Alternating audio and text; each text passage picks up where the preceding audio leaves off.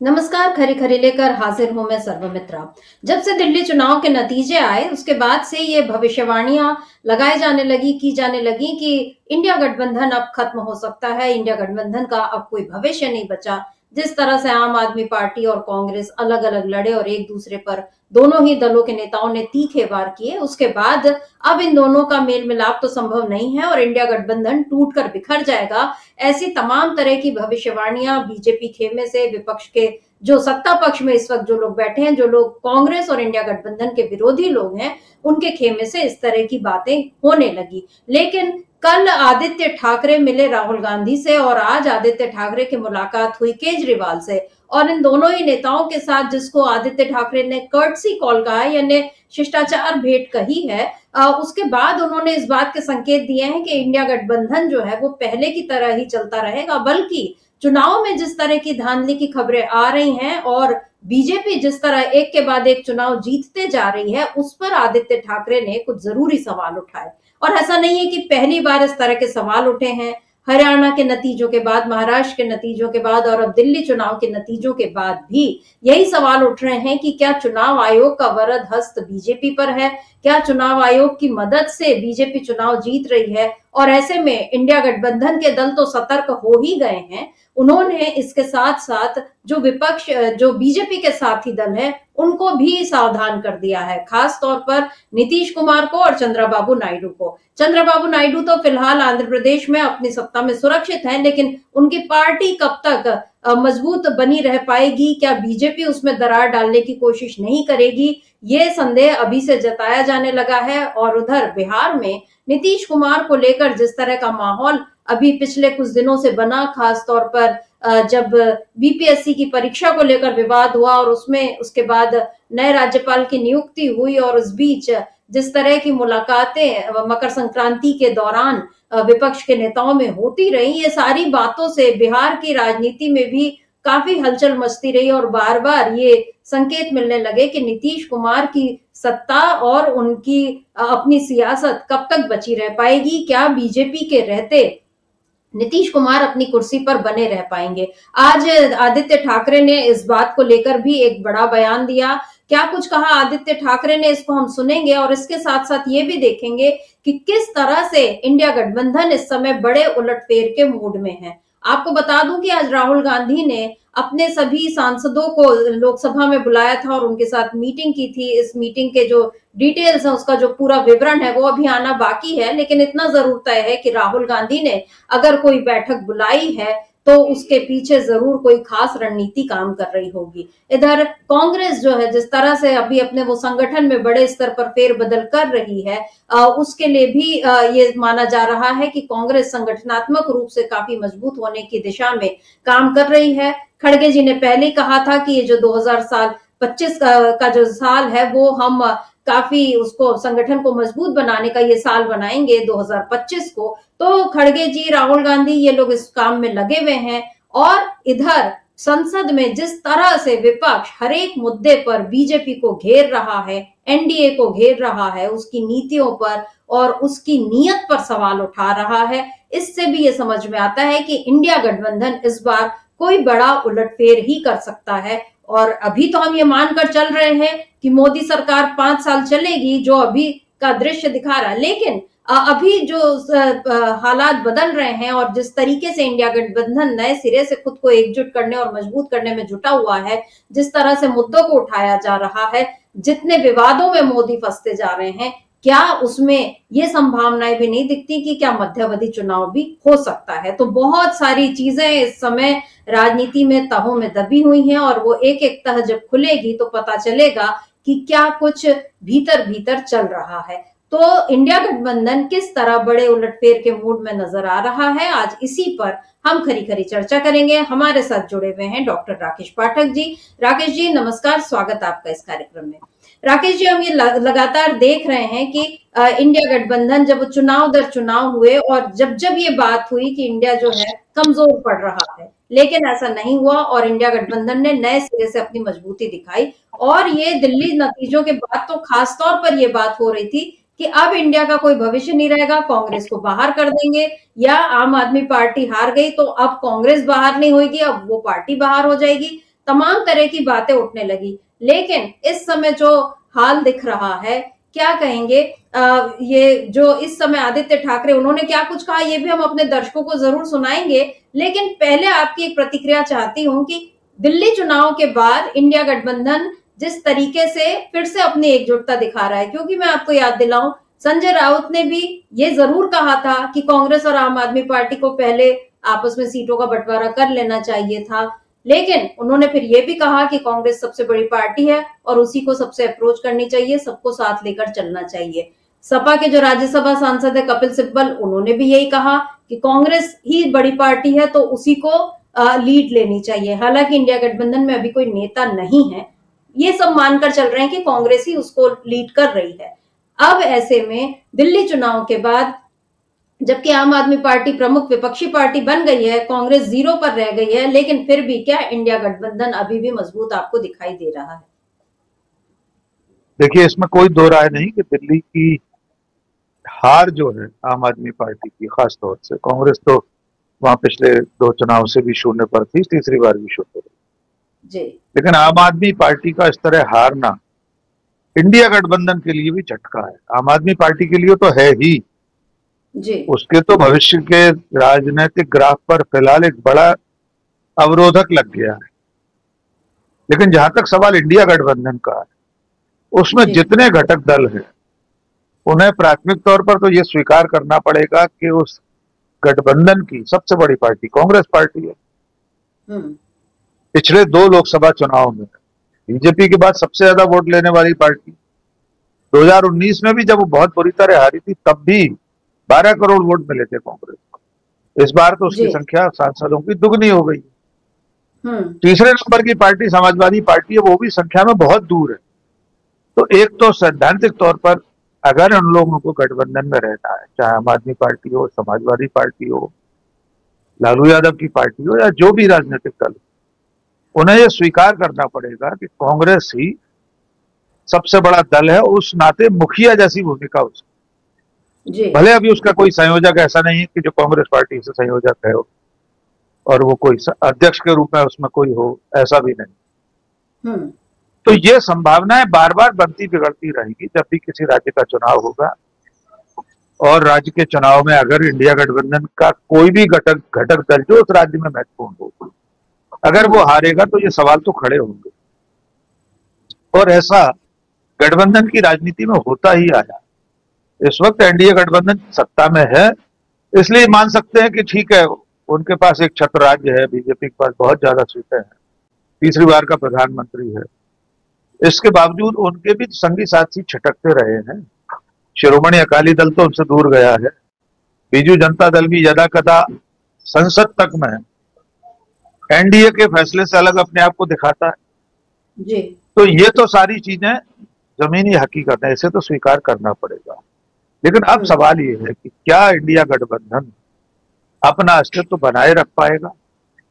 बनाए रख पाएगा तो क्या बीजेपी मीत जो एनडीए गठबंधन है उसे चुनौती दे पाएगा? तो इसका जवाब है कि ऐसा कर पाएगा या नहीं कर पाएगा, लेकिन करना तो उसे पड़ेगा। एकला चलो पर तो अब ना कांग्रेस सरवाइव कर पाएगी ना बाकी के राजनीतिक दल जी। बार बार बहुत सारे प्रेक्षक कहते हैं कांग्रेस को अकेले लड़ना चाहिए सब जगह। अकेले लड़ने लायक पहले उसे अपनी जमीनी तैयारी करना पड़ेगी। उसकी जो जमीन खिसक चुकी है उत्तर प्रदेश में, बिहार में और तमाम राज्यों में, उन परिस्थितियों में अगर कोई कहे कि कांग्रेस कल उत्तर प्रदेश में अकेले विधानसभा चुनाव लड़ जाए 2027 का, तो उसे क्या हासिल होगा? क्या उसकी ऐसी हैसियत है कि इतने बड़े राज्य में कांग्रेस अकेले अपने दम पर विधानसभा चुनाव लड़ जाए? इसलिए जो ज्यादा परिपक्व सलाह देने वाले हैं उनका मानना है कि समाजवादी पार्टी के साथ मिलकर चुनाव लड़ना चाहिए। बिहार में उनको लालू प्रसाद यादव की जो पार्टी है उनके साथ मिलकर चुनाव लड़ना चाहिए। ये उतार चढ़ाव संगठन की राजनीति में आते रहेंगे। ऐसे मौके पर भी अखिलेश यादव, स्टालिन, उद्धव ठाकरे, तेजस्वी यादव, ये ऐसे सहयोगी हैं जो कांग्रेस का साथ छोड़ने वाले नहीं। तो मुझे लगता है गठबंधन इतनी जल्दी ना बिखरने वाला है ना खत्म होने वाला है। गठबंधन की असली परीक्षा चुनाव के समय होती है, तो अब अगली जो परीक्षा का समय आने वाला है वो इस साल बिहार में होने वाले चुनाव हैं, जिसमें पूरी संभावना है कि इंडिया गठबंधन मिलकर ही चुनाव लड़ेगा। मुझे कम से कम अभी ऐसा एक भी कारण नहीं दिखता कि लालू प्रसाद यादव की पार्टी और कांग्रेस पार्टी अलग होकर चुनाव लड़े, ऐसी मुझे कोई संभावना नहीं। ये सर जी बिल्कुल। और लालू प्रसाद जी भी इस बात को लेकर बिल्कुल मुतमईन है कि हमारे रहते बीजेपी नहीं आ पाएगी। आज उनका एक जो बयान है वो काफी चर्चा में आया है, उस बयान को हम सुन लेते हैं और उसके बाद और आगे इस आदित्य ठाकरे की बात भी सुनेंगे। लेकिन पहले सुन लेते हैं लालू जी की बात, क्योंकि वो राजनीति के दिग्गज खिलाड़ी और बिहार की राजनीति, उसकी नब्ज बहुत अच्छे से जानते हैं। क्या कुछ कहा लालू जी ने, उसको सुन लेते हैं। कोई असर नहीं पड़ेगा, भाजपा जाएगा। बोल रही है कि सरकार बनाएंगे एकदम पूर्ण बहुमत के साथ। कैसे बना लेगा सरकार? हम लोग रहते हुए सरकार बना लेगा भाजपा? भाजपा को लोग जान गए, तुम लोग को भी लोग जान गए। चलो चलिए हटाइए। ये जो इन्होंने कहा राकेश जी कि हम बीजेपी को जान गए और तुम लोगों को भी जान गए, मतलब यहाँ पर मीडिया जो उनसे सवाल कर रहा है और ये कि बीजेपी का दावा है कि उसकी सरकार, तो वो कैसे बना लेंगे हम लोगों के रहते। यहाँ हम लोगों में वो कांग्रेस और अपनी बात कर रहे हैं या उसमें नीतीश कुमार भी शामिल हो रहे हैं, ये बड़ा सवाल है। क्योंकि नीतीश कुमार तो बार बार खैर मना कर ही चुके हैं कि हम नहीं जाएंगे उधर, लेकिन राजनीति में तो हम अभी कम से कम बिहार की राजनीति में हम लोग यही देख रहे हैं कि कुछ भी संभव हो सकता है। तो इतने जल्दी अभी हम नहीं बोल सकते जब तक चुनाव नहीं आते सिर पर। बिहार को लेकर तैयारियां शुरू हो चुकी हैं। राहुल गांधी अभी पिछले दिनों 2 बार बिहार हो आए और उन्होंने अलग अलग जो तबके हैं उनको संबोधित किया, जिस तरह से वो वंचितों को और आदिवासियों और दलितों को सबको साथ लेकर चलने की बात कर रहे हैं। लालू जी से उनकी मुलाकात हुई और यहाँ पर हम देख रहे हैं कि इस समय नीतीश कुमार के लिए एक बड़ी चुनौती यह है कि क्या बिहार में वो अपनी सीएम की कुर्सी बचा पाएंगे, जिसके बारे में तभी वो कुछ हो सकता है। हालांकि अब के जो तेजस्वी यादव ही मुख्यमंत्री बनेंगे ये आरजेडी ने भी तय कर लिया है और कांग्रेस की तरफ से भी ये तय है, क्योंकि पिछले दिन एक बयान ऐसा आया था जिसमें कांग्रेस के एक नेता ने कहा था कि हम डिप्टी सीएम के लिए हम मानेंगे। मतलब ये है कि वो सीएम जो है तेजस्वी यादव को बनाएंगे, तो नीतीश कुमार की कुर्सी उनको वहां तो नहीं मिलने वाली। अगर वो बीजेपी के साथ रहते हैं और मान लीजिए एनडीए को सीटें मिलती हैं, तो बीजेपी भी नीतीश कुमार को क्या कुर्सी देगी, ये भी एक बड़ा सवाल है। और इधर आज एक पोस्टर भी देखने में मिला जिसमें निशांत कुमार, जो नीतीश कुमार के बेटे, अभी वो राजनीति में आए नहीं हैं लेकिन उनका विरोध शुरू हो गया। उसमें पोस्टर में ये लिखा हुआ है कि राजा का बेटा राजा नहीं बनेगा। हालांकि यहाँ पर वंशवादी परिवारवादी राजनीति की बात है तो राहुल गांधी भी और तेजस्वी यादव भी और चिराग पासवान भी, तो तमाम उदाहरण मौजूद हैं। ऐसे में निशांत कुमार ने कौन सा गुनाह कर दिया, वो तो अभी तक राजनीति में आए नहीं है। लेकिन जिस तरह से ये एक साइकोलॉजिकल प्रेशर बनाने की क्या कोशिश है नीतीश कुमार पर कि अब आप अपनी बिसात पूरी समेट लो, अब आपकी पारी यहाँ पर खत्म हो रही है। और लालू जी के इस बयान को आप किस तरह से देखते हैं? प्रसाद यादव के बयान पर ही चर्चा कर लेते हैं। उन्होंने जो आखिरी में वाक्य कहा कि बीजेपी को लोग समझ गए और तुमको भी समझ गए, जो हम लोग समझ पाए, ऐसे कुछ बोला। यही मर्म की बात है। बिहार के लोग समझ गए कि भारतीय जनता पार्टी किस तरह छलावा करती है उनके साथ। नरेंद्र मोदी पिछले विधानसभा चुनाव में, पिछले से पिछले, बोली लगा रहे थे मंच पर, कितने दे दूं, 25,000 करोड़, 50,000 करोड़, 75,000 करोड़, 1.25 लाख करोड़। तब से तो गंगा में बहुत पानी बह गया। कितने रकम, कितने पैसे मिल गए बिहार को, कितना केंद्रीय अनुदान मिल गया। प्रधानमंत्री तो तब भी थे नरेंद्र मोदी और अब भी प्रधानमंत्री। अब तो उनकी अपनी गठबंधन की सरकार है, उनके ही समर्थन से नीतीश कुमार मुख्यमंत्री बने हुए हैं। तो लालू यादव का जो संकेत है वो यही है कि लोग समझ गए। और अगर मेरे सुनने में थोड़ा सा कंफ्यूजन है, मुझे ऐसा लगता है कि लालू यादव ने मीडिया से कहीं ये तो नहीं कहा कि तुमको भी समझ जाएंगे लोग। अगर उन्होंने ये कहा है कि तुम भी समझ जाओगे तो वो भी सही है, और तुमको समझ गए ये भी सही है। यानी जनता मीडिया को भी समझ गई है कि ये जो मुख्यधारा का तथाकथित मीडिया है, ये बीजेपी का चारण भाट मीडिया बन गया है। लालू यादव उससे रेखांकित कर रहे हैं कि तुम लोग कोई सवाल सत्ता से नहीं कर सकते हो, हम भी समझ गए तुम्हारे लिए। अब जहां तक सवाल नीतीश कुमार का है, नीतीश कुमार जानते हैं कि उनके पास अब खोने के लिए कुछ नहीं। वो इतनी बार मुख्यमंत्री रह लिए हैं, लेकिन अब इस आखिरी बार के दांव में भारतीय जनता पार्टी और उनके बीच शह मात का खेल चल रहा है। बीजेपी इस बार अपना वो सपना पूरा करना चाहती है कि बिहार में उसका मुख्यमंत्री हो। आज तक आजादी के बाद बिहार में बीजेपी का मुख्यमंत्री नहीं रहा। अटल बिहारी वाजपेयी का सपना बार बार दोहराते हैं वहां के डिप्टी सीएम वगैरह।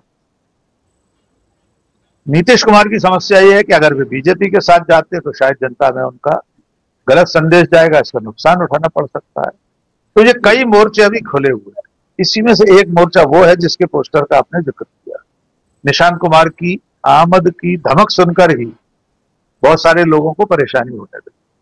आपने परिवारवाद में बाकी नाम गिनाए, बीजेपी के नाम का नाम छूट गया। खुद प्रधानमंत्री नरेंद्र मोदी और उनकी पार्टी में परिवारवाद का बोलबाला है।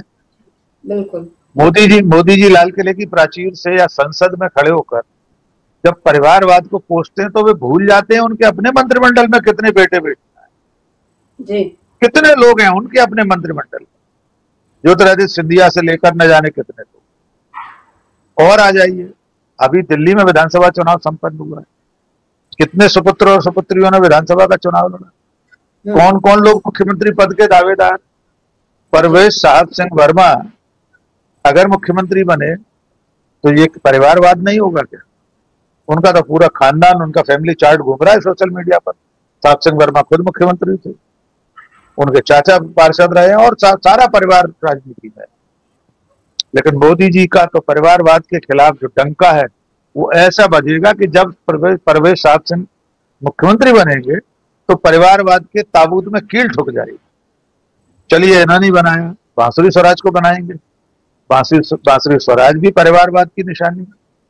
सुषमा स्वराज की बेटी है, उनके पिता स्वराज कौशल गवर्नर रह चुके हैं।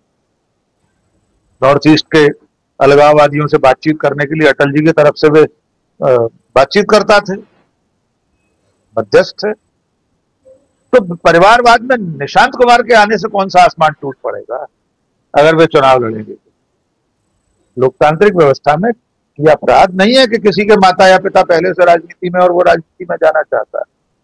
मध्य प्रदेश में बीजेपी की सरकार है, मोहन यादव के मंत्रिमंडल में कितने बेटे बेटियां हैं।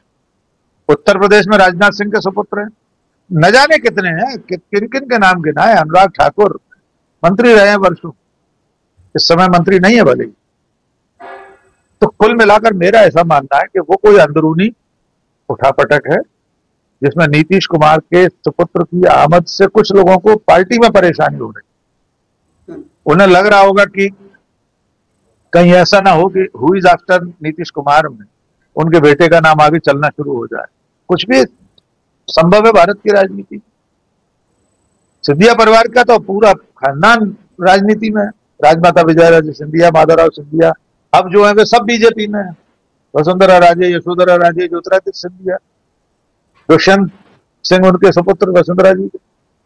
तो परिवारवाद की बात करना तो अखंड पाखंड है, इससे निजात नहीं मिल सकती देश के लोगों को, और हम सबको ये स्वीकार कर लेना चाहिए।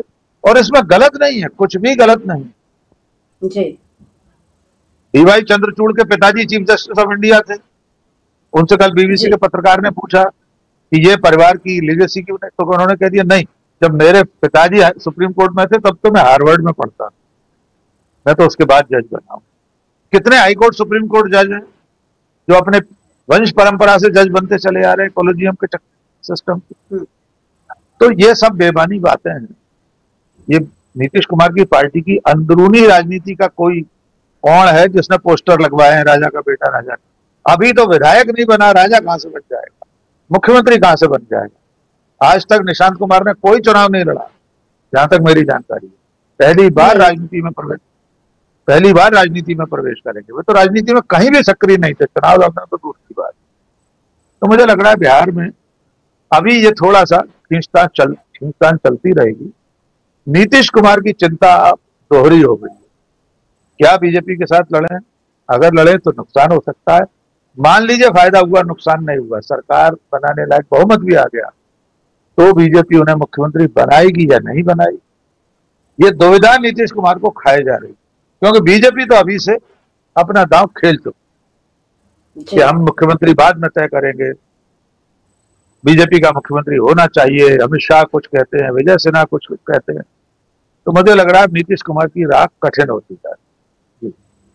जी बिल्कुल, दुविधा में दोनों गए माया मिली न राम, ये वाला हिसाब इस समय नीतीश कुमार का हो रहा है। और बिहार की राजनीति में अभी जब तक होली के बाद मेरा ख्याल है चुनाव आयोग की टीम वहां जाने वाली है, और उसके बाद जब ये वो पूरा आकलन कर लेगी और अध्ययन करके उसके बाद जब चुनाव की घोषणा होगी, तब असली जो रस्साकशी वहां पर और असली खेल जो है वो सामने आएंगे कि वहां पर सांप सीढ़ी के खेल में कौन 99 तक पहुंचकर नीचे लुढ़क रहा है और कौन सीढ़ी चढ़कर ऊपर पहुंच रहा है। ये बहुत सारी चीजें बिहार में इस समय दिलचस्प बनी हुई है। लेकिन इंडिया गठबंधन की बात हम कर रहे हैं, जो इस समय काफी उसकी राजनीति को लेकर और उसके अंदर जो समीकरण बन रहे हैं उनको लेकर काफी दिलचस्पी हो रही है।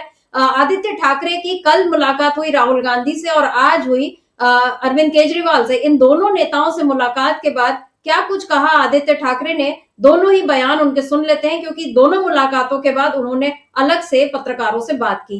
तो पहले राहुल गांधी से मुलाकात के बाद क्या कुछ कहा था आदित्य ठाकरे ने, उसको सुनते हैं, फिर केजरीवाल से मुलाकात के बाद। कल राहुल जी से कल देर रात को मुलाकात हुई, आज अरविंद जी से मुलाकात हो रही है। इसका तात्पर्य यही है कि जो भविष्य है हमारे देश का आज भी एक कोहरे में है, एक धुंधला हुआ है। क्योंकि अगर आप देखें तो पूरे देश में हर कोई चुनाव जो होता है, वोटर फ्रॉड और ईवीएम फ्रॉड, ये दोनों अगर सिस्टम्स अगर आप देखें तो हमें पता नहीं चलता कि हमारा वोट जा रहा है। फ्री एंड फेयर इलेक्शंस क्या हमारे देश में हो रहे हैं, क्या चुनाव हमारे फ्री एंड फेयर है, ये पूछने का वक्त आ गया है। और हम प्रिटेंड कर रहे हैं, हम एक बर्ताव कर रहे हैं ऐसे कि हम डेमोक्रेसी में हैं, लेकिन शायद हमारी डेमोक्रेसी अब नहीं रही। ये जो प्रिटेंशियस डेमोक्रेसी है उसे दूर करने के लिए हर एक पक्ष को साथ में आना होगा। कर्टसी विजिट तो थी कल राहुल जी के साथ थी, आज अरविंद जी के साथ है, लेकिन देश भर में जो हमारे साथ हुआ है या फिर जो आज केजरीवाल साहब के साथ हुआ या कांग्रेस के साथ हुआ, कल होते होते बिहार में नीतीश जी के साथ भी होगा, उनकी भी सीट चली जाएगी और भाजपा सत्ता प्राप्त कर लेगी। आरजेडी के साथ होगा, फिर चंद्रबाबू जी के साथ होगा। और भाजपा का यही सपना है कि हर एक रीजनल पार्टी को तोड़ा जाए, मरोड़ा जाए, खत्म किया जाए, वैसे ही जैसे उनको देश की डेमोक्रेसी को करना है। एक ही बात इसमें है कि आज और कल की जो कर्टसी मीट्स है उससे आगे जो रोडमैप है वो भी थोड़ी तय करने की तैयारी चल रही है। मुझे लगता है इंडिया अलायंस के लिए काफी सारे जो वरिष्ठ नेता है वो रोडमैप तय करेंगे। कर्टसी विजिट्स में जो भी इलेक्शंस में रीडिंग्स थे वो थोड़े ऊपर से बातचीत हुई है, डिटेल में हमारी टीमें काम कर रही है उस पर। तो यहाँ पर जो आदित्य ठाकरे ने, एक तो उन्होंने चुनाव में गड़बड़ी की बात की और उन्होंने साफ कहा कि इंडिया गठबंधन का जो क्या होगा वो बड़े नेता जो हैं वो तय करेंगे। अब इसके बाद राकेश जी, केजरीवाल जी से मुलाकात के बाद भी आदित्य ठाकरे ने जो कहा उसको भी सुनते हैं, फिर दोनों बयानों पर आपका जवाब चाहूंगी। क्या कुछ कहा आदित्य ठाकरे ने, उसको सुन लेते हैं। शिवसेना उद्धव बालासाहेब ठाकरे पार्टी के जो मन में है, जो दिल में है, वो साफ बात है कि सरकारें आते जाती रहती है, फिर आएगी, लेकिन रिश्ता तो ऐसे ही चलता रहेगा। और यही कहने हम आए थे। उन्होंने जो पिछले 10 सालों में दिल्ली में जो काम किया है वो सारी जनता जानती है। ये जो चुनाव हुआ उसमें चुनाव का बहुत बड़ा हाथ था, आशीर्वाद था, और भाजपा ने चुनाव आयोग के तो आभार मानने ही ज़रूरी है। लेकिन यही बात है, कल जैसे मेरी राहुल जी से बात हुई, आज अरविंद जी से बात हुई, कि इंडिया गठबंधन हो या फिर हम सारी पार्टीज़ हो, कहीं ना कहीं हमें ये सोचना ज़रूरी है कि अभी अगला स्टेप क्या है, क्योंकि हमारी डेमोक्रेसी फ्री एंड फेयर नहीं रही है, इलेक्शंस फ्री एंड फेयर नहीं रहे। तो लड़ते तो रहेंगे, देश के हित में लड़ते रहेंगे। आपकी आवाज़ हो, मीडिया की आवाज़ हो, जनता की आवाज़ हो तो उठाते रहेंगे, और जो भी देश के अच्छे का हो, सड़क पे उतरना हो, लड़ना हो तो लड़ते रहेंगे। बस यही था। लेकिन आपको नहीं लगता जो आपसी कन्फ्लिक्ट था उसका नुकसान भी जो है हुआ है, और दोनों ही पक्षों की? देखिए, काफ़ी सारी इसकी एनालिसिस हो सकती है, होगी भी, दोनों पार्टी अपनी अपनी एनालिसिस रखेगी, लेकिन हमारी तरफ से जो रिश्ता है वो रहेगा, जो दोस्ती है वो तो रहेगी। इसके आगे मैं कहना चाहता हूँ कि जो काफ़ी सारी जगहों में वोट्स काटे गए थे, जो वोट्स डिलीट हुए थे, उस पर भी कभी ना कभी विचार करना ज़रूरी है, क्योंकि वो वोटिंग का अधिकार लोगों से छीना गया था, वो चुनाव आयोग ने छीना है, तो उस पर भी विचार विमर्श होना ज़रूरी है। आदित्य जी, क्या इस इशू पे वोटर डिलीशन एडिशन पे आपकी कोई चर्चा हुई दिल्ली महाराष्ट्र दोनों को लेके? देखिए, आज तो कर्टसी कॉल था, आज तो यही कहने आए थे कि रिश्ता तो ही जारी रहेगा। जाहिर सी बात है, स्वाभाविक है कि जब हम मिलते हैं तो इस बातों पे चर्चा होती है। इसके पहले भी फ़ोन पे भी हुई थी, अभी जो फ़ोन टैपिंग करते हैं वो तो सुनते ही होंगे, तो उनको पता भी होगा कि हम शायद क्या बात कर रहे हैं। लेकिन हमने ये भी कहा है कि इस पे स्टडी करके जो हम प्रश्न चिन्ह उठा रहे हैं, जैसे महाराष्ट्र में 47 लाख वोटर्स कहाँ से बढ़े हैं, 76 लाख वोट्स आखिरी समय के बाद किसने वोटिंग किया है, इसकी कोई वीडियो फुटेज है क्या, टोकन्स है क्या? चुनाव आयोग इस पे बात करने के लिए बिल्कुल तैयार नहीं है। और ये सारी बातें अगर आप देखें तो हरियाणा हो, उड़ीसा हो, दिल्ली हो, मध्य प्रदेश हो, महाराष्ट्र हो, सारी जगह कॉमन है, ये एक पैटर्न दिखने लगा है। तो हमारे देश में आज फ्री एंड फेयर इलेक्शंस होते नहीं है, इसी का ये सबूत है। सर कैसे टैकल करेंगे सिचुएशन को? अगर आप राकेश जी, 3-4 बातें हैं।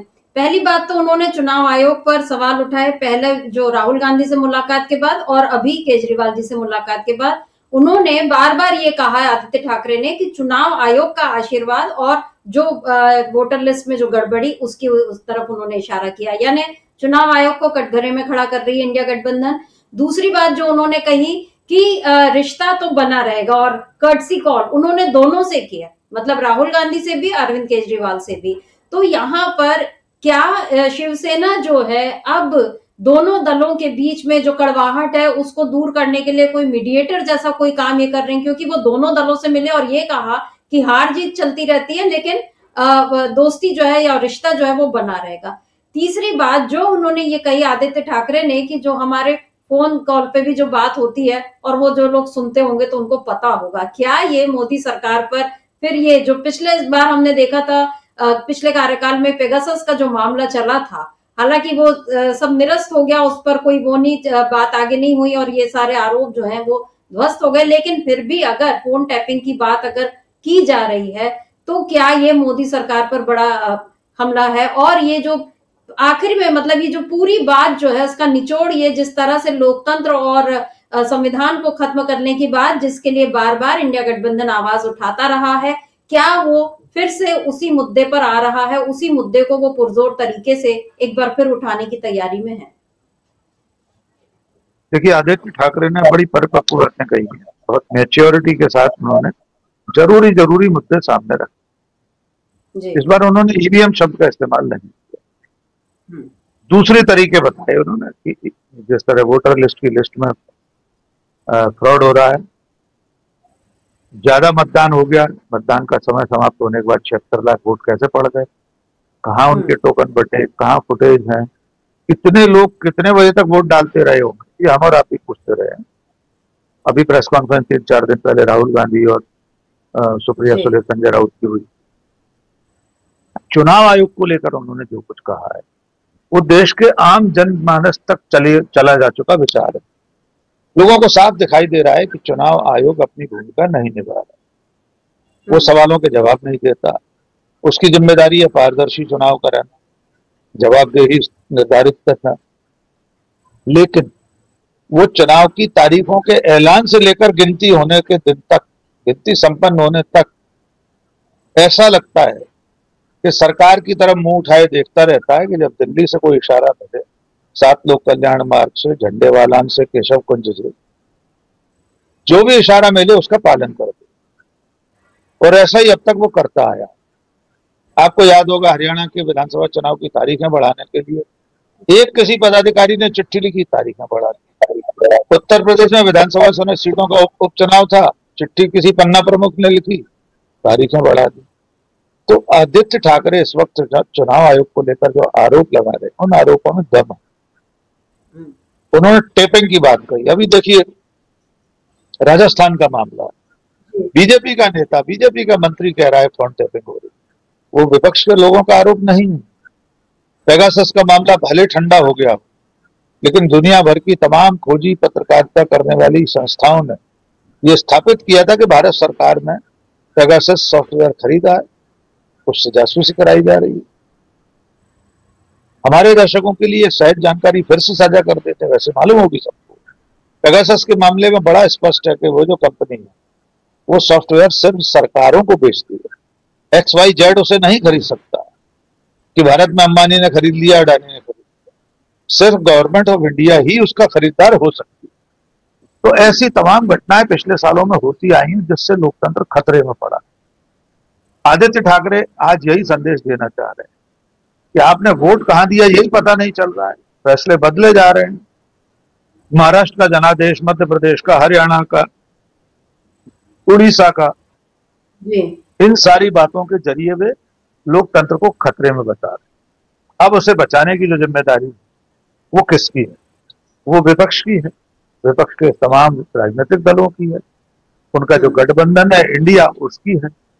आदित्य ठाकरे यही कह रहे हैं कि सबको एक होकर लड़ना पड़ेगा, इसलिए वे राहुल गांधी से मिले, अरविंद केजरीवाल से।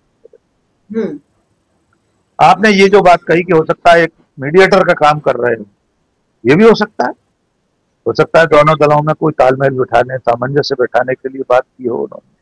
आने वाले दिनों में इसके परिणाम भी देखने को मिल सकते हैं।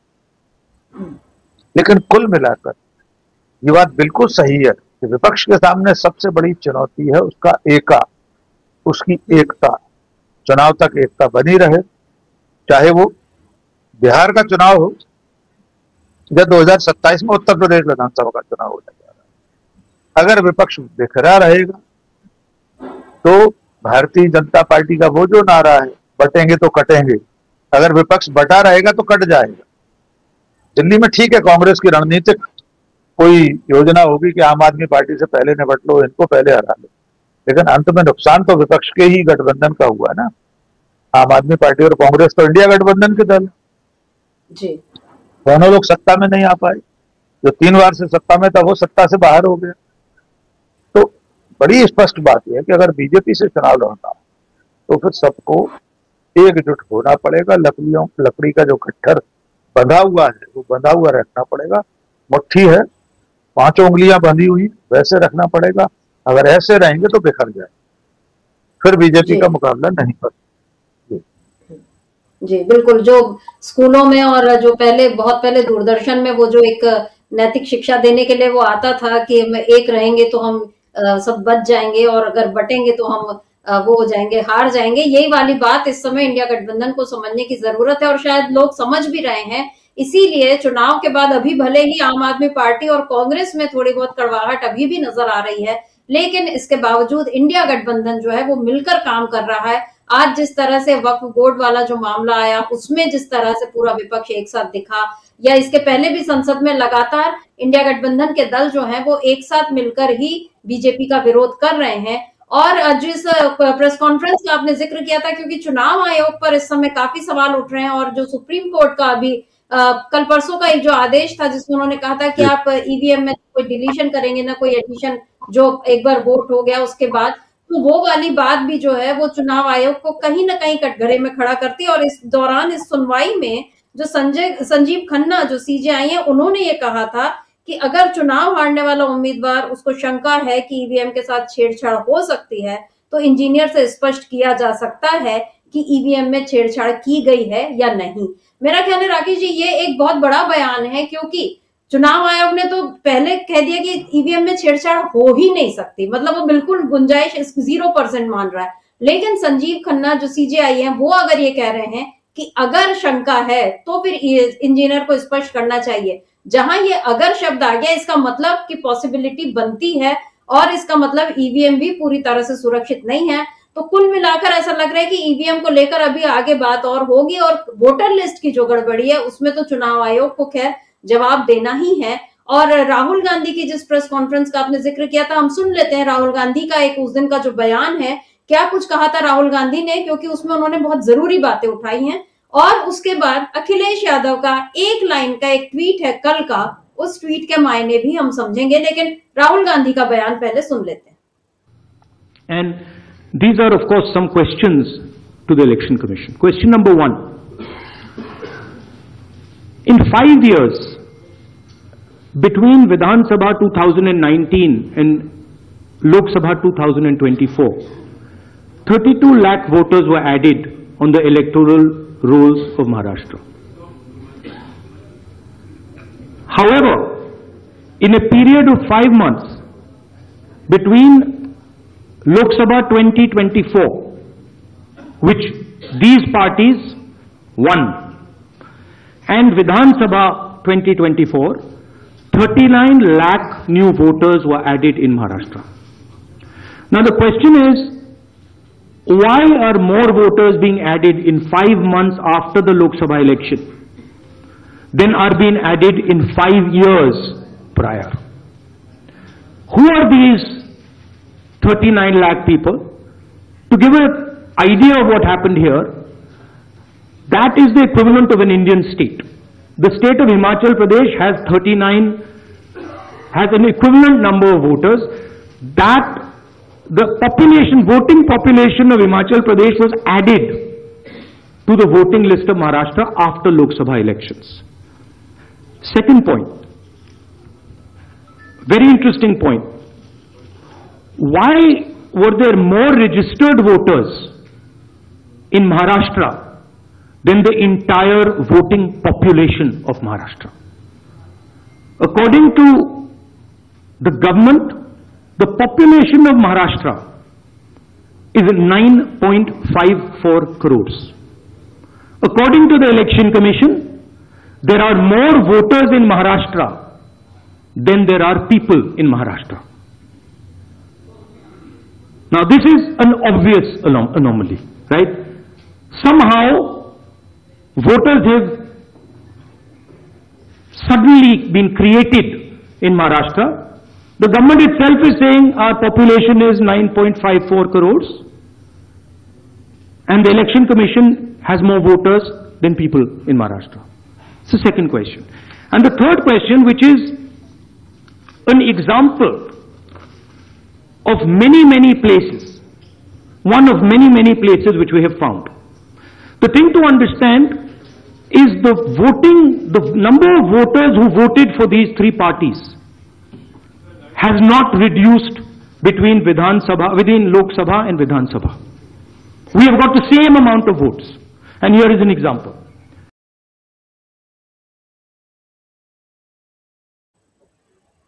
राकेश जी, ये सब जो कहा राहुल गांधी ने, उन्होंने पूरे आंकड़े उस दिन बताए थे और ये कि 5 महीने में उतने वोटर बढ़ गए जितने 5 साल में नहीं बढ़े। जो वयस्क आबादी है महाराष्ट्र की, उससे कहीं ज्यादा वोटर्स कैसे हो गए। उसके पहले उन्होंने लोकसभा में सवाल उठाया था कि एक शिरडी में ही अकेले एक बिल्डिंग में 7,000 नए मतदाता कहां से जुड़ गए, और जितने वोटर नए जुड़े उतने ही वोट करीब उनसे बीजेपी जीती है, जबकि कांग्रेस और शिवसेना और एनसीपी के गठबंधन को जितने वोट पहले मिले थे उतने ही वोट अभी भी मिले। यानी उनका जो मतदाता है वो वैसा ही बरकरार रहा, जो नए वोट जुड़े वो अधर आ गए। और उस दिन ये 7 फरवरी की प्रेस कॉन्फ्रेंस है और उस दिन संजय राउत ने ये भी कहा था कि ये जो नए वोटर्स इधर आए हैं महाराष्ट्र में जुड़े, अब वो दिल्ली में उनमें से कुछ आए हैं, अब वही सारे लोग बिहार चले जाएंगे। मतलब उन्होंने पहले ही तंज कस दिया था कि ऐसा खेल चुनाव आयोग कर रहा है। अब हम अखिलेश यादव का भी कल का एक ट्वीट देख लेते हैं। 1 लाइन का एक ट्वीट है, इसके क्या मायने आप निकाल सकते हैं। देखिए, ... और कुछ लोगों ने चोरी से सरकार बना ली। ये 12 फरवरी का इनका ट्वीट है, रात 11:21 का। राकेश जी, ये यहाँ पर अखिलेश यादव ने मिल्कीपुर पर तंज कसा, दिल्ली पर तंज कसा, या ये पूरी तरीके से मोदी सरकार को कटघरे में खड़ा कर रहे हैं? चोरी से सरकार बनाना, किस पर ये इल्जाम? देखिए, पहले अखिलेश यादव की बात, उन्होंने कहा और उन्होंने चोरी सरकार बना ली। असल में वे पिछले लोकसभा चुनाव पर तंज कर रहे। लोकसभा चुनाव को लेकर भी एडीआर और तमाम जो लोकतांत्रिक संस्थाएं हैं, उन लोगों ने अपनी अपनी रिपोर्ट पेश की। उस रिपोर्ट के मुताबिक 69 सीटों पर 69 लोकसभा क्षेत्रों में मतदान में और मतगणना में गड़बड़ियां हुई, इसलिए बीजेपी चुनाव। तो अखिलेश यादव एक तरह से इस सरकार को चोरी से बनी हुई सरकार बता रहे। अब जहां तक सवाल राहुल गांधी के आरोपों का है जो उन्होंने प्रेस कॉन्फ्रेंस में लगाई थी, कायदा तो ये कहता है कि सरकार उनका जवाब दे, चुनाव आयोग उसका जवाब दे, क्योंकि चुनाव कराना तो चुनाव आयोग की जिम्मेदारी, वो स्वायत्त शासी संस्था है। लेकिन हम सब जानते हैं कि चुनाव आयोग की भूमिका इस समय क्या है। उन्होंने जो आरोप लगाए हैं फैक्चुअल से, आंकड़ों पर आधारित, आप जवाब दे दीजिए कि 39 लाख वोट कैसे 5 महीने में बढ़ गए, ये लोग कहां से आए हैं, इससे पहले कहां रहते थे। मान लीजिए कोई दूसरे राज्य से वहां शिफ्ट हुआ है, उसने मतदाता सूची में अपना नाम जुड़वाया, तो क्या इतनी बड़ी संख्या में लोग अचानक महाराष्ट्र में पिछले 5 महीनों में आकर बस गए? कौन सा रोजगार करने लगे, कौन सी नौकरियां कर रहे, कहां आते जाते, परिवार के बाकी सदस्य कहां? महाराष्ट्र की कुल वयस्क आबादी से ज्यादा वोट कैसे हो गए? प्रथम दृष्टया ये लगता है कि बड़ी भारी गड़बड़ी।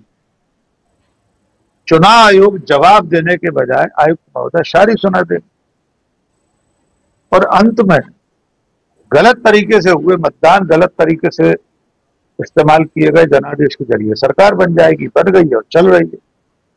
लेकिन अंततः तो ये लोकतंत्र का अपमान है, मतदाता के मताधिकार का अपमान है। वो जैसे वोट देना चाहता था, वो जिसकी सरकार चुनना चाहता था, वो नहीं हो पाई, वो सरकार नहीं बन पाई। तो मुझे ऐसा लग रहा है कि ये सारे सवाल इतने जरूरी सवाल, इन संवैधानिक संस्थाओं को इनके जवाब देने चाहिए। लेकिन इन संस्थाओं और इनमें बैठे आकाओं को ये भरोसा है, ये निश्चिंता है कि उनके ऊपर मोदी शाह का हाथ है, उनके ऊपर सरकार का हाथ है, वे कुछ भी गलत सलत करते रहें, कोई कार्रवाई नहीं होती। लेकिन है तो ये लोकतंत्र के लिए घातक। राहुल गांधी ने जो आरोप लगाए उनके फैक्चुअल उत्तर दे दे चुनाव आयोग, किसने मना किया? बता दे 39 लोग वोट नहीं बढ़े 5 साल, तो सामने सबूत है, कैसे बताएंगे? मतदाता सूचियां हैं, सब कुछ है। वो जो एक जगह ज्यादा वोटों की बात कह रहे थे राहुल गांधी, शिरडी में 7000 वोटर है एक बिल्डिंग में।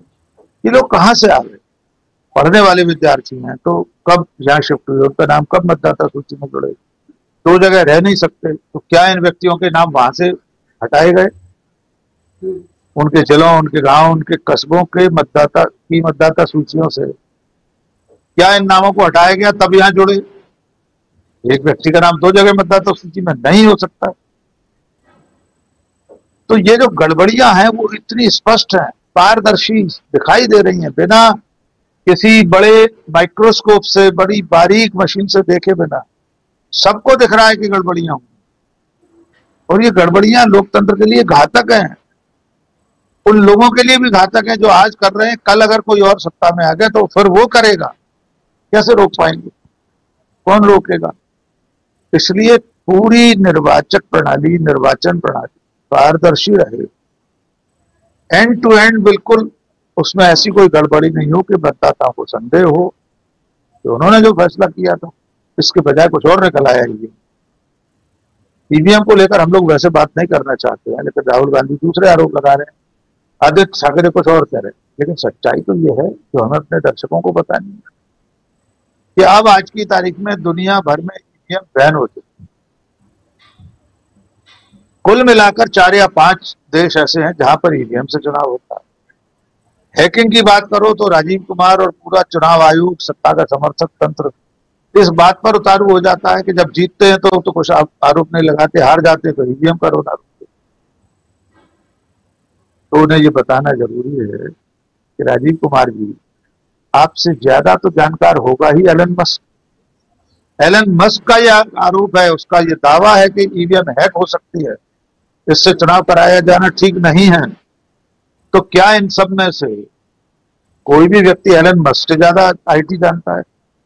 किसी भी राजनीतिक दल के लोग हों, क्या वे एलन मस्क से ज्यादा पारंगत हैं इस दुनिया में?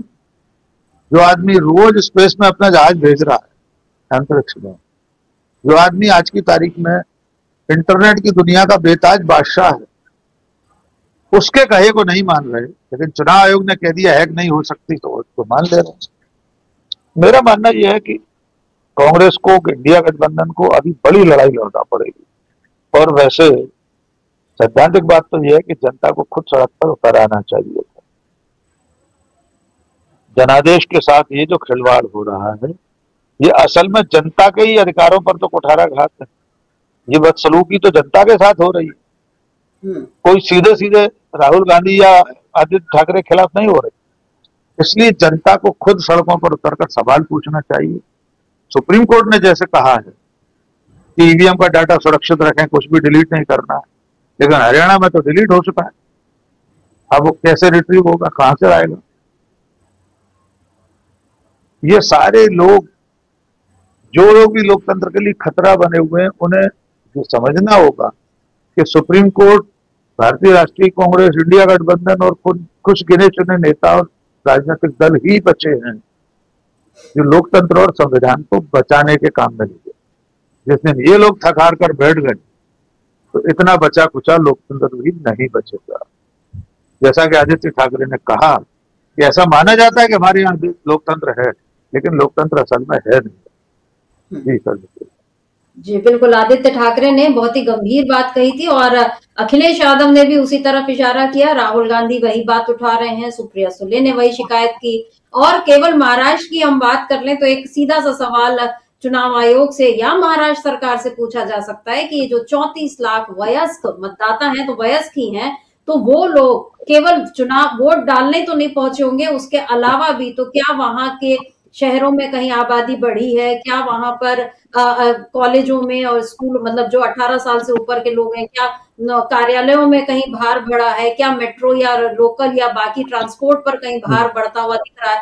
34 लाख लोगों का भार कहीं तो दिखाई दे रहा होगा। इतनी 39 लाख 39 लाख तो, और वो भी 5 महीने में, तो वो बिल्कुल ड्रास्टिक चेंज और वो बदलाव जो है वो जरूर नजर आएगा। तो उस बारे में उनको बता देना चाहिए, लेकिन जो कुछ नहीं बता रहे हैं तो वो दिख रहा है कि कुछ तो है जिसकी पर्दादारी है और उसको वो पर्दे में ही रखना चाहते हैं। लेकिन इंडिया गठबंधन उस पर्दे को इस समय उठाने के लिए बिल्कुल तत्पर है और उसी तरह दिशा में वो काम कर रहा है। इधर आदित्य ठाकरे का दिल्ली आना और राहुल गांधी और अरविंद केजरीवाल से मिलना, और इसके अलावा संसद में इस समय विपक्ष जो एकजुट होकर काम कर रहा है, ये सारी बातें बता रही हैं कि इंडिया गठबंधन बड़े उलटफेर के मूड में है। अगला चुनाव बिहार में है, जहां पर लालू जी ने आज एक भविष्यवाणी कर दी कि बीजेपी नहीं आएगी, लेकिन बिहार चुनाव से पहले क्या इंडिया गठबंधन बड़ा बदलाव करके बीजेपी को वाकई हाशिए पर रख सकता है बिहार में, ये देखना होगा। तो राकेश जी, आज की इस चर्चा में हिस्सा लेने के लिए आपका बहुत बहुत शुक्रिया, और शुक्रिया आप तमाम दर्शकों का जो आप हमारे साथ जुड़े और आपने इस चर्चा को ध्यान से सुना। आगे भी आप बने रहिए डीबी लाइव के साथ और देखते रहिए डीबी लाइव। नमस्कार।